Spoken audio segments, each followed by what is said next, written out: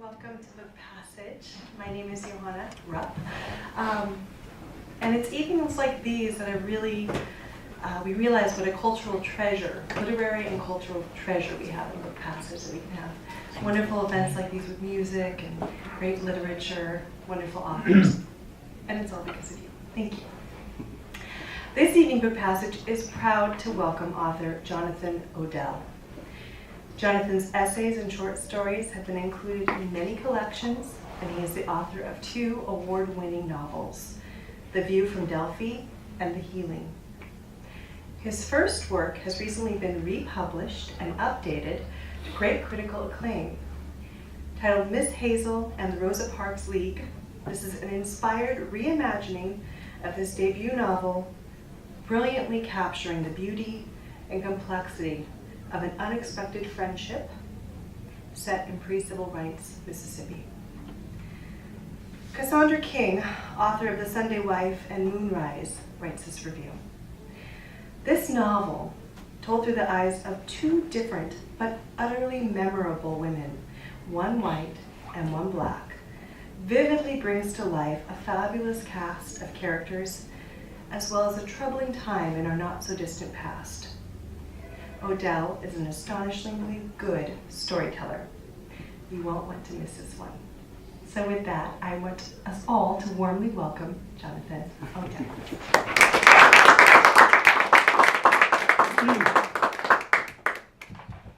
Thank you, Johanna.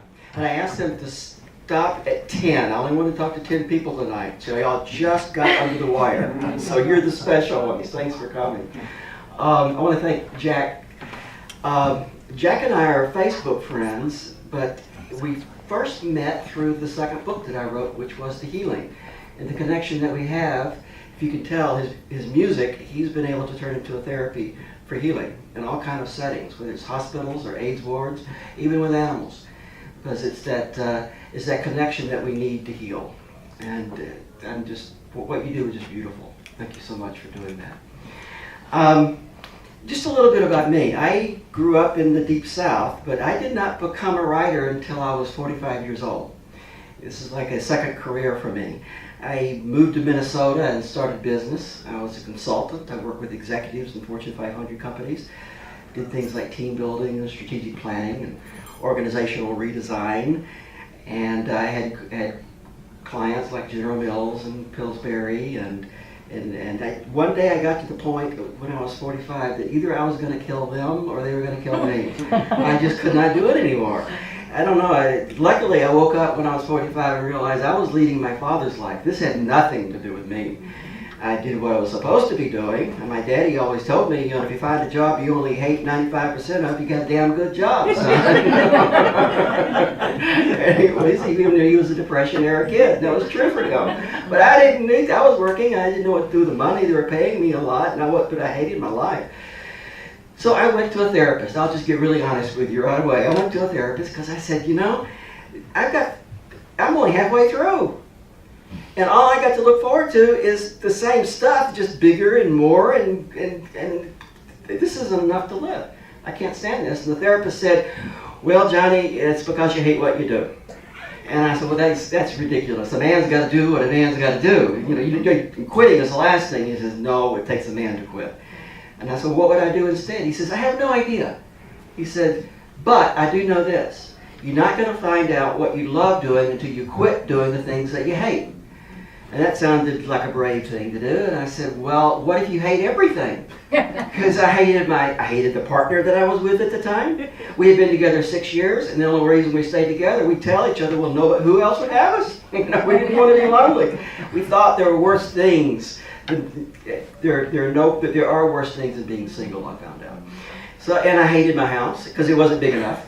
I hated the car. Everything felt obligatory. I even had the best dog in the world, but I resented the dog because it took time. When you're depressed, you resent everything in your life. So he said, if you're serious about rediscovering who you are and that voice inside that has died because it's given into the worldly voices, you're going to have to say no to everything that does hurt. So I broke up with my partner. I sold the house. I shut down my business. And I gave away the dog. And I moved into a one-room apartment. And I still didn't know what I wanted to do, but I loved it. I mean, I was 45, but I felt 5 years old again. You know how you felt when you were 5 and you got up in the morning, you couldn't wait to see what the day, how long has it been since you felt like that? It was full of discovery. And it was opposite than what I taught. I was taught the more you get, the happier you are. But I was giving stuff away, and I was getting happier and happier and happier. So I liked this therapist. So I went to him and said, now what? Give me some more. He says, well, I suggest you go traveling. You can afford it. Go traveling. I said, great. I want to go to England, Scotland, trace down my roots, and maybe take a friend with me. He says, no, you don't understand. He says, go to a place where you don't speak the language and go by yourself and don't go on a tour. Just and don't even take a guidebook. That was scary to me, but I said, why? And he says, because you have lived your entire 45 years up to this point on a series of 5-year plans. Everything has been routinized, everything has been planned for, there's been no more joy, there's no delight, because you're not surprised anymore. And if you can't be surprised, then you can't be joyful. And the only way that you're at it, because you've been manipulating and controlling everybody for your entire life, you're really good at it, that's why you made it really good in business, but he said, you need to be able to surrender, to let go, and to ask other people for help. That's the only way you're going to be able to rediscover your voice. So I did that. I spent 3 months in the jungle of Costa Rica. One morning I woke up and said, you know, when I was a kid, I wanted to write a book. And I started one when I was 12. It was a book about Mississippi. So I said, I don't know what else to do. So I came back and I spent the next 5 years learning how to write. I'd never written before. And I was really bad at writing. But you know, for the first time in my life, I allowed myself to do something that I was bad at and enjoy it. All my life I've been told a man never makes a fool of himself in public. Before I learned to play golf, I read 6 books before I went to the golf course because I wanted to know it all before I showed up. Writing was the first thing that I was really lousy at, but I loved it, so I stuck with it until I learned it. The first book was published under the title The View from Delphi in 2004, and it was my ode to Mississippi. To the black folks and the white folks, what we went through, how we were strangers to each other, but how we were so integrated in each other's lives, but whites not seeing blacks and blacks seeing everything about whites. It was the craziness of the South at the time. And it got published by a really good publisher here in San Francisco called McAdam Caves. They're no longer around because they hit it big and they died from their success. They usually picked unknown Southern authors and launched their careers. By accident, they signed a book called The Time Traveler's Wife, which blew them successfully out of the water. Most of the corporations I worked with, like Tonka Toys, you ever heard that name? I think so. Yeah, that's a Minneapolis company. It was a really well-run, small-sized company, but really sturdy products. Then they had 2 products that came out called Pound Puppies and GoBots. And they were so successful, they sunk the company. Success can sink companies if they can't anticipate success. The same thing happened with my publisher. They got the book out. It became a great success in Minnesota, where I live now. It became a book club phenomenon. They adopted it. Minnesotans love to read about Southerners and their racism without having to look at their own stuff. So they love talking about Mississippi and how racist it was. But I use that as a way to talk about their own racism, just a different flavor of it. And then it did great in Mississippi because my mother made everybody buy it. That's where she lives. And it did good enough until I could get my second book out, which was The Healing. And that's when I got my agent, Nan Talese, who's also Pat Conroy's agent, and Margaret Atwood, and a lot of other great names. She liked The Healing.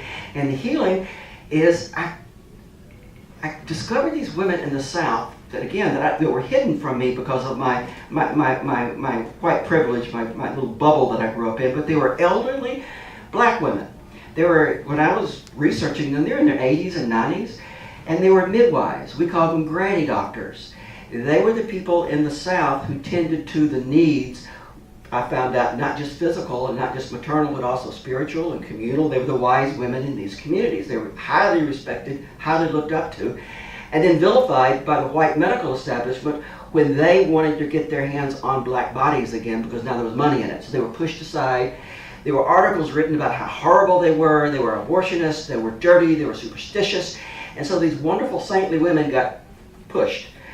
And then I just read an article in a book, a study done that in 1950, they found out that the live birth rate among these African American midwives were 3 times as high as the white doctors who replaced them. 3 times as high. Because it makes sense. They were immersed in the community. They knew how to deal with poverty. They knew how to deal with tradition. If they were birthing the baby, they probably birthed the mother at one time, and maybe the grandmother. And they're probably, if there was no food in the house, they knew it. If there was no clothing, they knew it. They took care. They knitted up these. And I found out that tradition went all the way back to a tribe that I found in Sierra Leone. So I wanted to write about a healer on a plantation in Mississippi as a slave on the outside. That's, white people love to write about blacks as victims. The thing is, yes, blacks were victimized, but that didn't make them victims. All through slavery, all through Jim Crow, there was a valor and a bravery and a culture and a close-knit. There was nobility and there was genius, but it could not show itself because it would always threaten white superiority, so it was done in the darkness. So I wanted to write a book about that, and that came out as The Healing. It did really good. Nancy Lease at Random House bought it, and it became a bestseller. And all of a sudden, I had a name. So at the same time, my first publisher, who published The View from Delphi, went bankrupt. And for some reason, still don't understand it, I ended up with the rights. An author never ends up with the rights to his first book, but I had the rights. So my agent, off the success of The Healing, said, I want to read your first book, because it never got a really good chance. It didn't have a marketing arm. And she read it, and she called me up after the weekend that she read it. She says, I am so mad, I'm so mad. And I said, why, Marley? She says, this is so much better than The Help. And I said, oh, well, tell me more about that. Because it came out 6 years before The Help. Because she says, it's more true to what I understand with black women in Mississippi. That they weren't subservient, downtrodden, lowly, mealy-mouthed women. In fact, in Mississippi, it was the women who started the civil rights movement. They were the ones who stood in the registrar's door. They were the ones who dragged their kids to these white schools with men in arms, white men with guns pointing at them. They were the ones who were targeted. Not even the black men, because they had X's on their backs. They couldn't do anything, but the women had a way to communicate with each other, and also they were working mostly around important white people. Like there was one maid, ex-maid that I interviewed from the 60s, and I said, how could you, and one of her bosses that she worked for was a Klan member, a notorious Klan member. And I said, how could you morally be in that household? Oh, you don't understand the way black folks had to live. We had an inside life and an outside life. And I showed that Klan member exactly what he wanted on the outside life. I was loyal Beulah to him. So he talked over me like he talked to furniture. He never thought I would doubt him, but as soon as he talked about some Klan attack, where I'd go? I'd go to the other women maids, and we'd make sure those civil rights activists knew what was going on. So I discovered in the 1950s there was a KGB in Mississippi of African American women, and they were the ones pushing, and they were inspired by the likes of Rosa Parks, who's the one who started the whole Birmingham thing, and she was the one who lifted up Martin Luther King. Of course, he kind of gets the credit because at that time we had a patriarchy, and the only person we were going to listen to at that time were men, both white and black, so she gets pushed aside for what she did. But the women in Mississippi, they saw what she did, and they said, wow, if she can do it, we're women, we can do it too. So that's why we wanted to come out with this. And she said, we need to retitle it, because The View from Delphi is a horrible title. And it was. The View from Delphi. Nobody could remember it when they went to the bookstore. They did, they remembered Delphi, and so the bookstore people would send them to the Greece travel section. It was a horrible name. She said, and she says the way they marketed it like it's a book, like Faulkner wrote it, like it was some hard-edged, violent, man-muscular book, which I don't. I write for women and men who aren't afraid of their feelings. I love Pat Conroy as one of my heroes, because he makes me cry. And I like authors who make me cry. In fact, when he came out with the blurb for my book, I called my mother up, and I said, Mama, listen to what Pat Conroy said about my book. And she started crying. So I called my agent up, Marley, and I said, it touched my mother so much that what Pat said, she started crying, and she said, I got to call Pat Conroy. So she called him up. She called me back in 10 minutes. She said, you know what Pat said? I said, what? He said, good. I love to make women cry. and I don't know that I'm really writing well until I start writing and I start crying. That's what I go for. I want to go for the emotional piece, not so much for the head. So she wanted to market the book like that with a new cover, a new title, and also pay homage to Rosa Parks. Even though she doesn't show up in the book, she shows up everywhere because of her inspiration. Now, in the book, solved us some problems that the first book had. I learned a lot about writing. A little bit about the book. The book is about two women. And a white woman who's wealthy. She comes from poverty, but she becomes wealthy by making herself really, really pretty and getting a man to take her off the farm. Which in the 1930s, 1940s, about the only way a white woman could get off the farm. She was destined, if you were born a farm girl, you're going to die a farm wife. And you're going to have 12 kids before that was the way it was done. There's no way out. There was no industry, there was no secretarial schools, there was no sales jobs, you were stuck. And this woman is my mother. Her name is Miss Hazel Hare, but she is my mama, Miss Faye Johnson, and that's how she got my daddy. She made herself pretty in spite of things, and got my daddy's eye. My dad was poor too, but he became wealthy, just like the man in here, and got her out of the farm and put her in a big white house in a big town. In Mississippi, though, what happens is a man can start in the dirt, can start at the bottom, make a lot of money, and he can go up and high in society. But a woman can't. Women in high society never let a woman who comes from that level forget who she is. Just like my mother, Hazel, just did not fit in. She didn't feel like she was a good mother. She didn't feel like she was a good wife. Something had died inside of her. But so I based the character on her. I will read you a little bit about how we first find Miss Hazel. And this comes from a story about my own mother. No matter how poor you are in the South, whether you're black or white, you got something called a picture box. Maybe a fruitcake tin, but it's pictures from generations back. Somehow, no matter how poor we were, we found money to have pictures taken. And those pictures were more like story holders. Every picture had a story. And the tradition was a kid would sit down with his mother or his grandmother, usually the female in the family. She would, this is your Aunt so-and-so. They did the same thing with the graveyards. On graveyard day, when you cleaned, that's how you learned your lineage. Well, we had a picture box, and I love to go through these pictures, and that's how I fell in love with stories. I'd take a picture and take it from Mama. And my mama would tell me these stories about these strange-looking, stern-faced men, some of them looking part Choctaw, part, just very scary, and she'd tell me these great stories. But there was one I couldn't figure out. And it was of her, but I didn't know it. It was of the family. And it was taken in the 1940s and late 30s, and I could see my papa and my granny in there. They were younger man and woman at that time. I saw my uncles and my aunts, but I could not find my mother in it. And I took it to my mother and said, Mama, where are you? She says, well, I'm right here. And she pointed to this little skinny girl who had straw hair and was humpbacked because she'd been picking cotton since she was 5 years old, and tall, hovered over everybody else, even humpbacked. And she looked emaciated and said, Mama, that can't be you. You're beautiful. And I still think my mother's most beautiful at 87 years old now. She is the most beautiful woman in the world. And she said, oh, hold your tears. Let me show you this one. So she went through the box and she found another picture that took just 3 years later. And she said, can you find me here? And I found her right away. My mother has always loved to test her beauty by flirting with men. So in this picture there was a girl standing out. She had a finger in her mouth, and you could tell she was flirting with whoever's taking that picture, and she should, because that was my mother. Her hair was just full and lustrous and auburn, and the smile was even and clean, and she stood erect. No more humping. And I said, Mama, what happened? And she says, I just decided I wasn't going to be ugly no more. Well,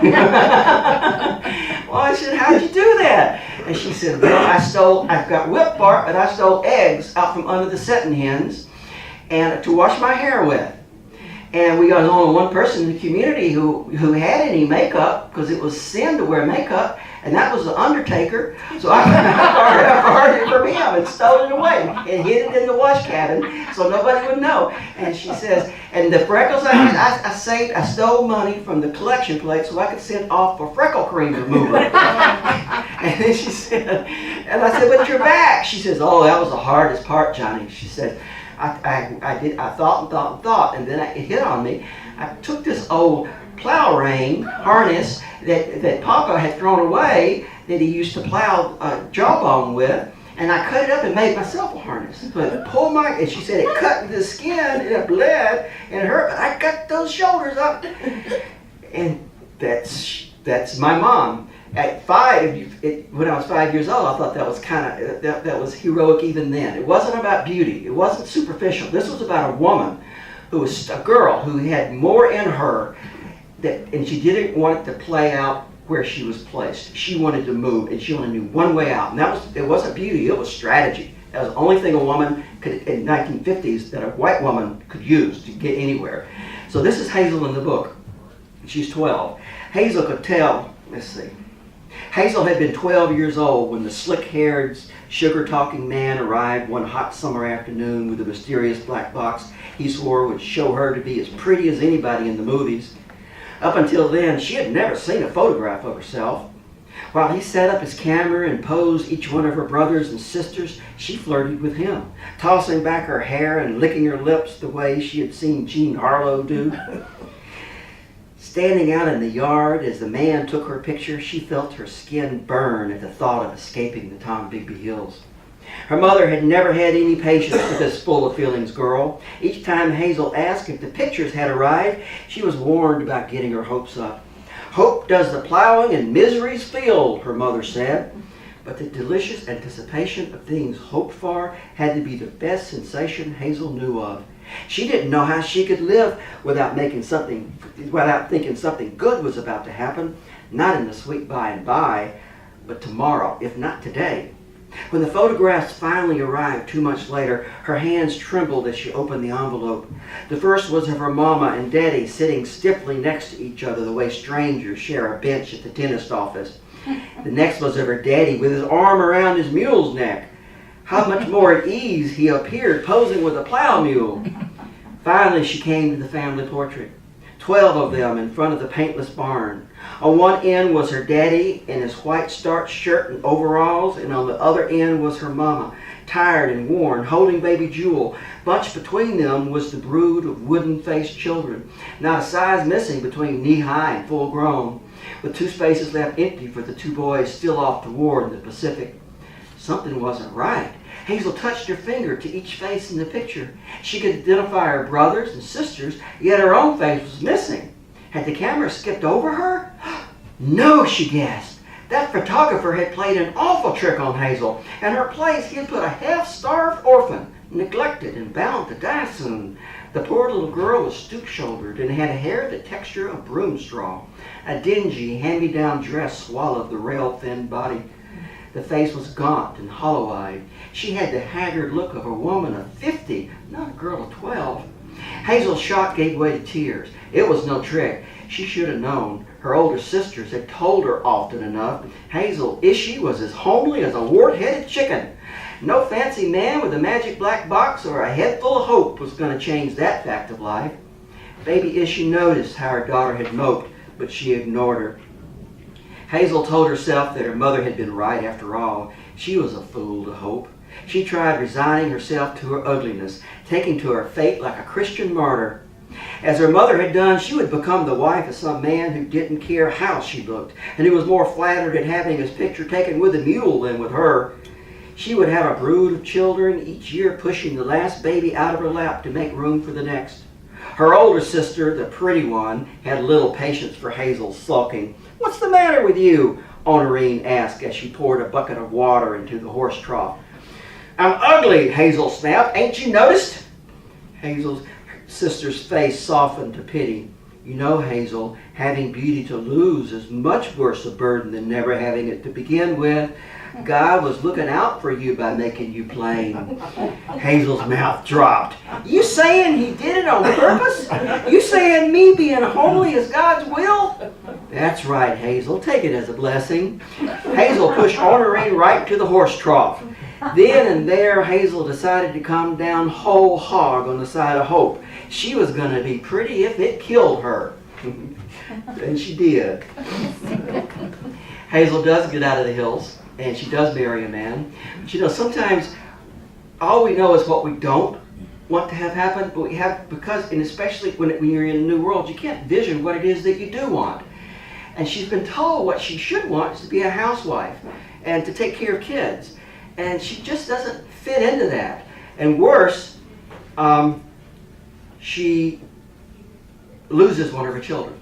So now she's convinced that she's a horrible mother, then it's all her fault. And that's one grief in my family that I noticed that women just do not get over, and that's the loss of a child. It goes so deep, and men will never understand it. But it's torture, because a lot of it's not logical, because it may not be their fault, but they always feel that their job was to keep that baby alive, and they're conflicted. And Hazel is conflicted, and she did like my mother did. She started drinking, because that's the only way she could find her joy again. Somehow, at the end of that bottle, the joy sometimes came back. And she also found out, like my mother did, that she was good at driving. Unfortunately, she liked to combine the two. She liked to drink and drive, going 90 miles an hour. It made her feel like she was somebody. And this scene happens when one boy is gone, and she has the remaining boy, who's about 5 years old, and his name is Johnny. And it's Christmas Eve, about 1955. As he did during most of his parents' fights, Johnny retreated to his and Davy's secret listening place in the dark behind the couch. Besides letting him overhear his parents, the position offered an excellent view of the tree. The motorized wheel of tinted cellophane rotated before a bare bow, turning the aluminum tree from red to blue to green and back to red again. Tomorrow his mother and father would feel better. Surely Davy wouldn't miss Christmas. His parents continued the argument that had begun over supper. As usual, his father had been complaining about Hazel's drinking and driving. Floyd said it wasn't a family secret anymore. He claimed Hazel was on her way to becoming a legend across the county, bigger even than that colored girl over in Montgomery that had to drag off the bus. On several occasions, the sheriff had personally driven Hazel and Johnny home, leaving the Lincoln behind, straddling ditches or sunk deep in a muddy field. A few weeks after Davy's funeral, she had run a school bus off the road. Floyd said Hayes Alcorn, the mayor, had made a joke about it in a city council meeting. He cracked that instead of spending money on a siren for when the Russians attacked, Delphi should have an early warning system for when Hazel pulled out of her driveway. Johnny then heard his father say something about his mother trying harder. Maybe go see the pastor, he suggested. Hazel had exploded. That jackleg preacher, he told me Jesus took my boy to teach me a lesson. Said Jesus did it because he loved me. Well, maybe there's some truth to it, Hazel. Maybe on the upside, he can make you a better mother if you think of it. That's when Johnny heard the back door slam. Even he knew not to bring up Jesus around his mother. When he ventured into the kitchen, he found his father sitting at the table studying his hands. Where's Mama? Floyd looked up with weary eyes. Out driving. The house went graveyard quiet. Floyd sat at the table, casting about for a plan to save his business from his wife, and Johnny fell asleep worrying about the whereabouts of both Santa Claus and his mother. A little past 1 a.m., Floyd grabbed the phone. After the first ring, it was the sheriff. It seemed that Hazel had driven through his yard, smashed into his wife's life-size nativity scene, and sent one of the sheep crashing through her parlor window. Hazel had come to a stop in a clump of nandina bushes. The sheriff sounded groggy. I think she's okay. A little too much, driving. She must have really put on some miles tonight. When Floyd said he'd be right over to get Hazel, the sheriff told him not to bother himself. Everything's under control, he assured him. I'm getting some black coffee down your wife and a sleeping pill down mine. Didn't even wake the girls. I'll carry Hazel over directly. Floyd was waiting in the doorway when the sheriff led Hazel up the walk, his arm around her waist, pulling her tightly to him for balance. Lost in his aroma of cigarettes and Old Spice, she was disappointed when the porch steps came into focus. She could have strolled with him all the way down the bluffs and clear out into the Delta night. Hazel, are you all right? Floyd took over from the sheriff, but his handling wasn't as gentle. After he got her in the house, he grabbed Hazel by the shoulders and shook her once. You could have killed somebody. You could have hurt somebody. His eyes widened at the thought. She didn't, did she, Sheriff? Hurt nobody? Nope, not that we know of. You didn't hurt nobody, did you, Miss Hazel? Hazel turned and saw her friend grinning by her side, and she grinned back, only in self-defense. She winked at the sheriff, thinking he understood what she meant. He shrugged it off with a grin and said his goodnight. Floyd called after him as he cut through the yard. Sheriff, we're awful sorry about her running through your nativity scene. I'm sure she didn't mean nothing by it. since Davy and all, and he stopped, she's just not responsible for it right now. Hazel's face lit up. You think you know me good, don't you? Well, I am responsible. I did it on purpose, she announced proudly. Hazel, Floyd shook her again. You're still drunk as Cooter Brown. Maybe, but I still did it on purpose. When I saw that little tiny baby in that manger, I knew I had to kill it. Had to get it before it grew up and made my life hell. I aimed the car right for that little crib. I think I got him. You tried to kill Jesus, Floyd said, incredulous. You can't kill Jesus, honey. That's a simple fact. Jesus is going to live forever, whether we like it or not. Not in my house, he ain't. If he can't be nice, then out he goes. Hazel flung her arms so hard, showing Jesus the way out, she toppled over. Floyd caught her. She looked up into his face. It seemed frozen in disbelief. Didn't he understand? Everything was so clear to her now. Life could go on and roar past them like a freight train. She had everything under control. She had won. Only Hazel wished Floyd would stop staring. What was he looking at? Then she turned and peered into the mirror that hung in the entryway. There she saw a mad woman, her hair in wild tangles and long black fingers of mascara reaching for her throat. Lipstick smeared almost to her ears like a circus clown gone mad. A pair of dead eyes peered back at her from the furthest reaches of hell. That was what the sheriff had been grinning at. Floyd spoke softly, carefully. Hazel, it ain't Jesus' fault. For a long time, she stared blankly at him. When Hazel spoke, it was as a small girl. Then whose fault is it, Floyd? His eyes offered her nothing. Tell me, she asked, when is somebody going to be on my side? Without expecting an answer, she dropped her head on her husband's chest, and he led her off to bed. So, that's, thank you. That's about the bottom of it for Hazel. When things couldn't get much worse, Floyd, her husband, takes things into his own hands, and he decides if he can't control her, he needs to find somebody who will. And he finds a young girl, she's probably 20, a mother, he doesn't know this, but she's lost her own child. She's an African American, who's sharecropped all her life, but he sees in her a ferocity who he thinks can tame his wife. So he brings her in as a maid, but actually what she is a keeper, to keep his wife out of the Lincoln and the liquor out of her. So they start out not liking each other at all, distrusting each other, regardless that they both suffer a similar loss. And when I was writing this, I'm victim to what a lot of white authors will do when they talk about race. We have something we call the savior narrative, in which most books that white authors write about black folks, we think we're doing a good thing, is we put a black folk in a very, very horrible, untenable position, and then we have a white person benevolently come along and save them. And that's supposed to make them, what, equal? I don't know.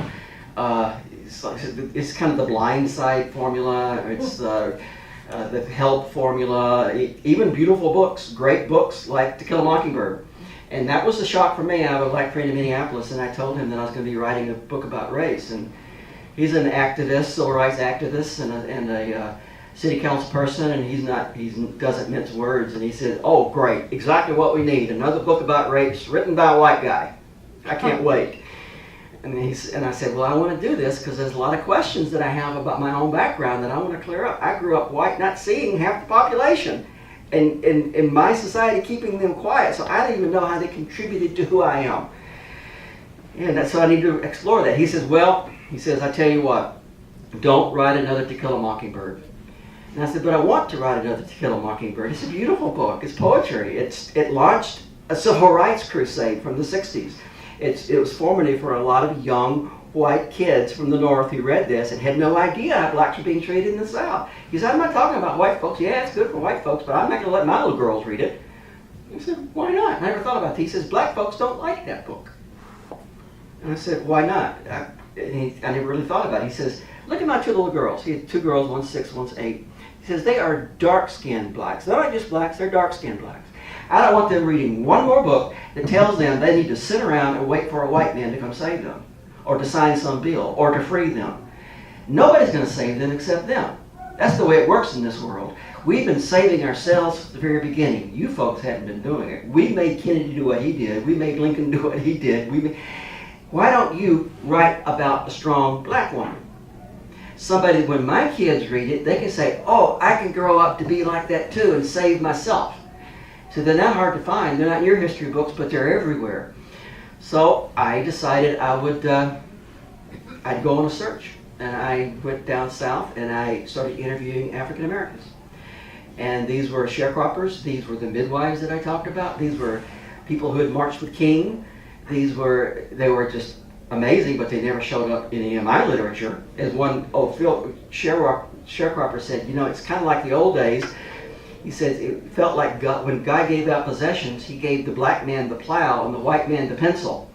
When you read history, just remember you wrote it. You didn't write us in there, but then he took me around and introduced me to all of these heroes that were living in Mississippi that were not in my history books. People like Fannie Lou Hamer, whose names are getting forgotten. And they were not the well-educated, well-voiced male preachers. There were none of those in Mississippi.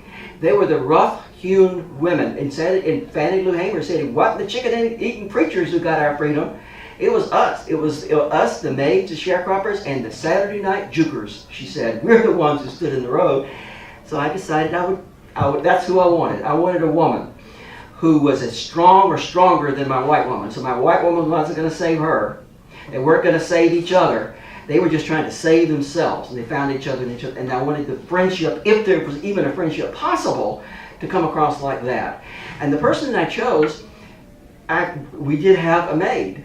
And it sounds, every time when I hear a Southerner say we had a maid, I'm expecting to hear this story about, and she was just like one of the family. We just loved her to death. We can't be racist because Lulu worked for us for 30 years. She ate at the same kitchen that we made our own food. God. And it's serious. That still goes on. Well, I like this woman because our maid, she hated me and I hated her. She was no family retainer. I was 5 years old, and my mother, I knew it was broken. My daddy had already signaled that. She was emotionally having a hard time. She was overwhelmed by life, like HAZEL was. At 5 years old, I was designated the little man of the house. It was my job. I was the first kid, so I needed a job, and my dad gave me one. And it was to take care of my mother and make sure she was okay, to make sure she didn't smell things on her breath, to call him up and make sure there are no pills in her, whatever. I was to look out for her, and I loved her dearly, but she was my charge. And we had two little baby brothers. They were twins, 2 years younger than me, so my mother was overwhelmed. And my job was to raise those two kids. And I was proud of that, and I did a good job at 5 years old. And then one day my mother decides she wants to go get a job. And I didn't know this. I didn't get the racism part of it, but all I saw was my mother got up and left, and this black woman came and took her place. And it made me really angry. What are you doing? It's like, it wasn't that she was black, it's that she was an intruder into my space, into my domain. So I pulled an all-out war on this woman. I was devious even then. I decided, I wasn't a racist yet. I was becoming one. But it's interesting how you can not even be a racist but use racism. Because I didn't know that there was something about color that made her inferior in white people's eyes. I just knew that when she came into the house, my daddy was worried about things going missing. That's how you learn about racism. They don't sit and tell you black people do this. She'd come back. He'd come back and he'd look over the house, make sure nothing was gone. So I said, he's afraid she's going to take something. I know how to get rid of her then. So I would steal things from the house and go bury them. And say, Alma must have took it. And then my daddy would say, he'd measure coffee. He's really, again, he was a Depression-era kid. He was like, how much coffee are we using? He knew even when he was a millionaire, he knew the amounts in the mayonnaise jar. And we never threw away a ketchup jar without first pouring tea in it to get the last bit of ketchup at it. So I knew he was worried about the price of coffee was going up. So I would take the coffee and flush it down the commode and tell my daddy that Alma just sat up all day and drank your coffee. And eventually she was gone. But I don't think it's probably what I did. My mother probably wasn't just fit for the workforce. But she came back, Alma was gone. So I said, if I'm going to have a character, that's who I want, because that woman was strong, and she was powerful, and she didn't put up with my crap. And I didn't like her. There wasn't this feeling of benevolence, like she's my Aunt Jemima. She could give as good as she could get. So that was and I named her Vida in the book. Just a little story about that. After the book came out, and my dad was still alive. This was probably 2008. And we're sitting around the living room down in Mississippi, and Daddy was reading this a county almanac. It was a centennial history of the county. He was going through there looking at names, and he says, "There's Alma." I said, "Our maid?" When I was 5 years, I remembered her. I hadn't seen her in 50 years, but I remembered her. He said, "Yeah, that's her. She lives out on Route so-and-so, so-and-so." And then I'd been writing fiction enough and using stories that really happened enough that I started to doubt actually that I'm even telling the truth anymore. I think I made up most of the past. My mother will tell you I have. She says, "You embellish. You just, especially when you write about me, you just embellish." So I thought, well, maybe I'm embellishing. So I decided I'd call her up. What harm could it do? So I called her up. Remember, 50 years since we talked. She left the house. And I said, "Now, Miss So-and-so," I said, "You probably don't remember me, but you took care of me when I was a kid and my 2 little brothers." "Is this Johnny Johnson?" I said, "Yes, ma'am, this is Johnny Johnson." She says, "You were the devil's child. You were the worst little child I've ever been around." And she says, "But those 2 little brothers of you are sweet. How are they doing?" I went, They're fine." I said, "I'd like to come talk to you if I could, because I think I probably did some things that I need to apologize for." And she said, "Your brother's coming?" And I said, "No, my brothers aren't here." I said, "I'll bring my mama." I said, "Well, I like your mama. You bring her. You got to come. You come too." I went, "Okay." So I went and I found her and I went into her living room, and it was the most awkward hour I've spent in my life. She would not look at me. She would not. She'd talk to my mom. It'd be really sweet. And I'd ask a question. She'd be short and curt. And I'm a Facebook guy, so I said, "I'm going to take a picture of my maid and me smiling in the camera and put it on Facebook." So I took the picture, and then when I posted it, I was like, I'm there grinning like a goon, and she's there going, angry. So I'm really like, well, I guess I didn't make this up. This is kind of true. This really did happen. And then before we left, I said, "I just want to say I need to make amends. I'm sorry about the coffee and about the stealing stuff." She said, "No, that wasn't it." She said, "You don't remember what you did?" I said, "No, that's all I remember." She says, "You told your mama that as soon as she left the house, I started wearing her clothes. That I put on your mama's clothes and wore them around the house. That's what you did." I didn't even have no remember of something that mean. And I said, "Well, I'm sorry," and just got embarrassed and left. So I have a friend in Minneapolis. She's a constitutional lawyer. She moved out to the University of California, Irvine now, but we were sitting there. Before I write and let my books out to the public, because I deal so heavily with black and white relationships, I have a reading group of African Americans who read my stuff, and I ask them 3 questions. When do you see a white person talking? When do you know it's a man talking? And when do you see me trying to disappear black people? Which is what the white narrative does. We become the heroes and take all the agents and make just black people responding to what white people do rather than giving them the credit that they got their own lives when white people aren't around. They got stuff going on that's not about white people. And she was one of my readers, and she was always good about, she's a lawyer too, she'd say, well, this and this and this. So I was telling her this story about Alma. I was laughing. And I said, "Can you believe it's been 50 years since she was still holding a grudge?" And I looked at my friend. She was not laughing. Her face was stone. And I said, "What's the matter?" She said, "I wouldn't forgive your ass either." And I said, "Why?" She says, "Do you realize that in 1955, that the word of a white boy could get a black woman lynched? Do you realize that that's the thing about you white folks? You don't get the power because you don't have to. You are a walking cocked pistol as a white man, and you took that for granted." When she said that, it was like, it's one of those other veils that lift, and you start seeing, oh, that was the truth of my past. That's where I come from. So I decided to write Vida. I'll read you just a little bit about, I wanted to address this whole thing about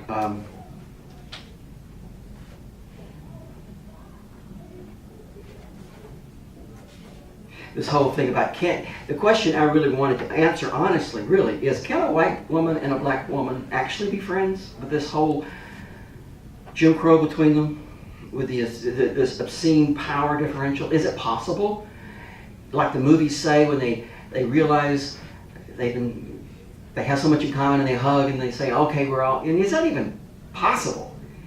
Can a white person ever even understand what it means to be a black person in Mississippi? Can they even fathom that at all? So that's what I wanted to play with, and I didn't want to make any easy remedies. So this is where Vida shows up in the kitchen with Hazel one day. What you got on edge? Hazel asked. You expecting company? Your friends coming over? Vida yanked the screen door shut. Ain't nothing the matter with me. Didn't sleep much is all. She walked over to the oven to check the cornbread. Well, if it's about what your daddy did, I don't want you to worry about it one bit, Hazel said, sounding proud as she could be. I done fixed it for you. I think I saved it. Vida slammed the door shut. Fixed it? She spun around to face the white woman. Hazel had a satisfied grin on her face. That's all I need, Vida thought. A woman the whole town knows to be a crazy drunk coming down hard on my side. She'll get us all killed. What you mean you fixed it? Well, Floyd's little boys club, that was a citizens council, told him he had to fire you, Hazel said. But I put my foot down. I said, no way in hell. I said, nobody's going to fire my Vida. Hazel's eyes seemed to mist up. Oh, I wish you could have heard me, Vida. I really stood up for you. Hazel looked as if she expected a praise the Lord and thank you, Jesus, to come bubbling out of Vida's mouth. Instead, Vida's face went to stone, and she angrily wrenched herself around to the sink. She began scrubbing a pan so hard it looked like she was trying to take off the enamel. Hazel didn't move. She kept standing there in the muddle of the kitchen, waiting for her due. Rinsing off the pan, Vida said curtly, why don't you go on and do your driving now? Your whiskey's in my sack behind the door. I done got it for you. Hazel was unfazed. How about I carry you on home later? We can chat for a spell at your house. Hazel stood there as dense as molasses, waiting for her answer. Vida began scrubbing the same pan again, cursing to herself. White women! God, she hated white women. She slung the pan into the sink with a splash and whipped herself around toward Hazel. Tell me something, Miss Hazel, she snapped. What you want from me anyway? What do you mean? Hazel asked, caught short. I mean, why you bother saving my job for me? It can't be the whiskey. You can get that for your own self now. But Vida, and I've been meaning to ask, why are you all the time coming down here to Tar Bottom and letting people see you sitting in my yard and talking to a colored woman? Hazel opened her mouth to speak and then closed it again. Vida could tell she had hurt the woman, which only made her want to strike again. Why do you want to talk to me at all? Why don't you talk to Mr. Floyd or some white women? You don't enjoy our little chats, Vida? Hazel asked, sounding small. You the only one chatting. I'm the one jerking my fool head up and down like a chicken in a yard full of corn. It ain't natural. Vida dropped her eyes to the floor. Anyway, my people is starting to talk, and I reckon so is yours. Well, let them talk. What they going to say anyway? I can't speak for the white folks, but my peoples is asking if you trying to be colored. And some want to know if I'm trying to be white.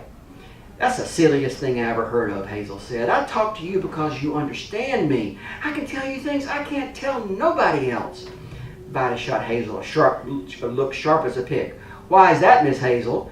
Because why, Vida asked. Because I won't tell nobody? Hazel gripped the back of the kitchen chair. Her legs were going wobbly. How do you know I don't tell nobody, Vida pressed? How do you know I don't tell my friends everything you say and all about your drinking and driving? Hazel looked as if she could cry. I don't care what you tell your friends. No, I reckon you don't. All my friends is colored. Don't matter what the colored folks think. Vida, you're putting words in my mouth. I care about what you think. Then tell me, Vida demanded, what do I think? What I'm thinking right now. Tell me what it is I fret over every day. Tell me what keeps me up at night worrying. Tell me what you know about my suffering, what it is I lost. Hazel's eyes were tearing up. I thought we were friends. I clean your house, Vida said suddenly. That makes me your maid, not your friend. That's the difference between colored folks and white. You get to pick me as a friend. I ain't got no say about it. Vida turned her back to the dishwater so she wouldn't see the hurt on Hazel's face any longer. But her insides felt as if they were crumbling, caving in like a house of fire, one floor at a time. So you have two very strong but two very hurt women who need saving but refuse to let the other one save them because they're so stubborn. And the trick for me was, what is the equalizer? Is there a way to equalize across race against the atrocity of Jim Crow at the time? Is there a way for two women to look at each other and just see two women? Is there that way? And I studied that, and I studied that, and the only way that I knew I could come close, again with my family, I knew that the only person who could understand a woman who had lost a child is another woman who had lost a child. The grief of losing a child can transcend all barriers. And I didn't want them to become best buddies. I didn't know if that was realistic, but I wondered, in the 1950s, could two women who actually have a lot in common, as far as both of them are being kept down, both of them are being oppressed, both of them are being humiliated day by day, could they for a moment see each other in the other person? And so that's why they work around their own grief. Rosa Parks, again, doesn't show up in the book, but Rosa Parks is a symbol for all of them. She's the one about this woman stood up and did it on her own, and we, the women, white women and black women, could do the same thing. So that's basically the book. And I've been talking for a long time, so I want to see if you have any questions or not of me. You can ask personal questions, you can ask questions about the book, you can ask questions about my mother. It doesn't matter, yes. Hi. Delphi, is that the actual town? Yes, the town is actually called Carrollton, Mississippi. That's the town I found in Mississippi that I loved. It sits in the bluffs. It's a beautiful little small antebellum town. It sits up there like a powdered lady, I think, because all the buildings are really, really white and old and beautiful, and it overlooks what we call the Mississippi Delta, which is thousands of miles of nothing but flat swamps. And it's cotton spray, but sitting above it all like a little heaven perched is Delphi. I named it Delphi because it had the allusions to Greece. Is that where you grew up, Carrollton? I grew up in Laurel, Mississippi. And Laurel, Mississippi is South Mississippi. Mm-hmm. It's a lumber area. We were settled by Yankees. We were settled by Iowans who ran out of timber in Iowa and came down and bought my county and built their own homes and their own estates. And so we were progressive for a long time because they brought their own teachers in and taught blacks and whites. So it's a really interesting little town, Laurel. But what got me to wanting to write this was I started going back to study my hometown because, again, we have 25,000 half black, half white. But I found out when I was 45 years old, going through old papers, I found out the civil rights movement happened in my backyard, on my front steps. In fact, I looked at the day that I was born. I was born in the library, so I said, what went on in Laurel, Mississippi the night that I was born? So I'm hoping to see a picture of me and my mom on the front page, I guess. But instead, there was this big photo, and it says, Willie McGee gets his due, and there's a picture of a courthouse, which is 4 blocks away from my mother is giving birth to me. At the same time, there are 1,000 white people on the courthouse lawn, and they're celebrating the execution of a black man, Willie McGee. He was being killed at the same time I was being born, and I never knew about that. Then I looked again, and his cover was on the cover of Time magazine. His picture was on the cover of Look magazine. There were riots in Paris, France over this man because he was accused of raping a white woman who everybody knew was his consensual lover. But the South could not condone that kind of relationship. They couldn't admit that it even existed. Even the Supreme Court Justice of Mississippi said, even if it were true, we can't admit that something like that is true. We can't vilify white womanhood by saying it's possible that a white woman could reduce herself by being with a black. That was the Supreme Court Justice. So he was being executed. And then I started looking, and then I didn't know this. 4 blocks away from the courthouse, at the same time in 1951, there's a huge mansion. And this mansion is called the Chisholm Mansion. And it's built by one of the granddaughters of the lumber barons who came down from Iowa. Mrs. Chisholm, and her husband is president of the bank. And I start reading some more, and they have a maid named Beulah. And she had been a family retainer for years and years and years. And the story is that Beulah, as she aged, she would start bringing her young niece to help her clean. Niece was like 16, 15 years old. And her young niece loved to sing in the Methodist church. She sang, and she loved to play the piano, and she's pretty gifted. Now, Miss Chisholm has 2 baby grand pianos in her large living parlor area. So whenever the white lady would leave, this little girl would sit down and play. I mean, how could you resist a baby grand piano and you have a voice? And so she'd sing, and one day the white woman comes back early and hears her singing on the piano and not cleaning. And she no, go ahead, sing some more. You got to do it, sing some more. She sang, and after that rendition, the white woman got her into Wilberforce College, and they made sure she got into Juilliard, and that became Leontine Price, who was the best soprano this country's ever produced. So at the same time we're lynching somebody, you got this benevolence going on, this old-time South benevolence of taking care of our colored people. And then at the same time, 1951, in my hometown, while I was getting born, you go 4 blocks in the other direction to the kind of the downside of town where a lot of the low-class whites lived, and there is a building there, and it's called Sambo's Amusement Company. Sambo's. And lest you think it's racist, the owner's name was Sam Bowers. Sam Bowers. He was an up-and-coming young man in town. He was a member of the JCs. A civic, Rotarian. He was our Sunday school teacher. He was a man on the move. In fact, he was only 10 years away from becoming the Imperial Wizard of the KKK.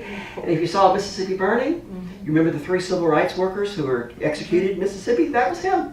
He's the one that orchestrated that and went to prison for it. That was my hometown. And I knew nothing about that until I decided I was going to write the book. So, but I wanted to set the book in the Delta. The Delta of Mississippi is the most amazing place in the world. Things just do not change there, and that's where a lot of the civil rights activism started. I wanted to build it around Fannie Lou Hamer. I wanted her contribution to be represented in the book. She was from a little town in Mississippi, in Sunflower County. So that's where I wanted to place it. It's beautiful, Yeah. thank you. What happened to the woman? Which woman? The white consensual woman that consented with willing. Oh, yeah, she refused. It's interesting. I did a series of columns a few years ago, just digging, because I wanted to do columns. All the columns that had been done in the papers were the white person's point of view. I wanted to interview both the white people and the black people of that time and see how distant we were, how distant we were in what we thought. And the white people, all to a person, said she was innocent. She was raped. She was raped. They had no details. She admitted it was consensual. She wouldn't admit it. No. Oh, she didn't. She did not admit it. She couldn't. I mean, and then when I started talking to African Americans, I talked to people who actually saw them in the relationship. I mean, it was just common knowledge, but it was one of those things that we do not talk about as white people. We do not admit that. And she had every white woman who had an affair with a black man. And usually they're the ones who initiated it because they had all the power. Most of the men were terrified. Black men were terrified of white women because of what they could do. The white women would seduce, but they were always protected in the end because it always correct. He raped me. He raped me. And then the juggernaut. It was already. The system was already in place to take care of that problem. All you had to do was point to the man, and everything else automatic. The verdict took 3 minutes. You know. Could it have been an electric chair or what? Electric chair. Mississippi at that time. It's what I call legal lynching. It was, we had a electric, no county in Mississippi wanted to be known as the death county, so the legislatures argued over who would get the electric chair. So finally, they finally decided, let's just design one that could travel. So they had a portable electric chair that would go from county to county to county to whoever they needed to execute, and they'd sit it up in the courthouse where the man had been convicted. And so it was Mississippi's traveling electric chair. It was like a circus. So we'd come to town, and school would be out, the kids would go, it'd be a picnic. And so in fact, I found a radio program. The thing was broadcast live on radio like a football program. Well, folks, we have the generator starting up now. You hear that buzz out there. Now the people are getting restless. They want to see blood. It was like macabre. And this was 1951. They had that here. The electric I was chair. born in '57. I remember them having that here. Yeah. The electric chair. Yeah. And you would hear on the radio when they were going to execute somebody. Right. It was in San Quentin, yeah. Yeah. So it happened immediately? I mean, if you were found guilty, it happened in the courtroom that they were... This one immediately. In fact, have you ever heard of, because no lawyers, this case inspired the To Kill a Mockingbird story, because there was a lawyer who tried to defend Willie McGee, a white lawyer, tried to stand up, and he was run out of the state. He wasn't allowed. He wasn't allowed to defend. Nobody in Mississippi was allowed to defend this black man, or they would lose their practice.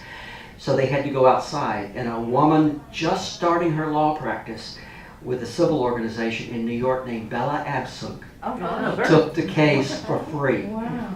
I've seen pictures of her standing on my county's courthouse steps before and after the trial. So she was the one who defended. I also learned that she was pregnant at the time, and a mob of my townspeople chased her into the Greyhound bus station where her baby was aborted.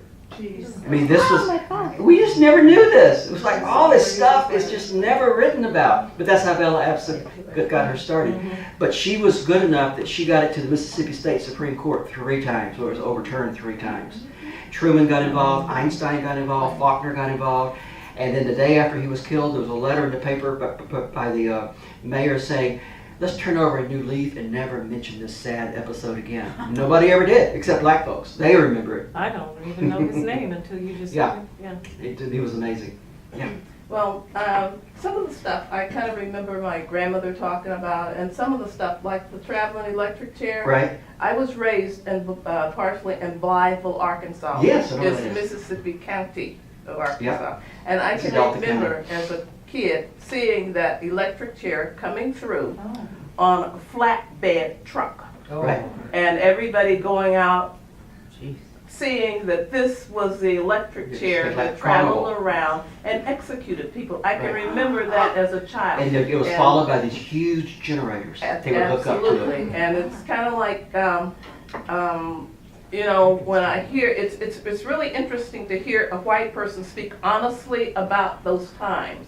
Because my great aunt was 107 when she passed away in 2006 or whenever it was.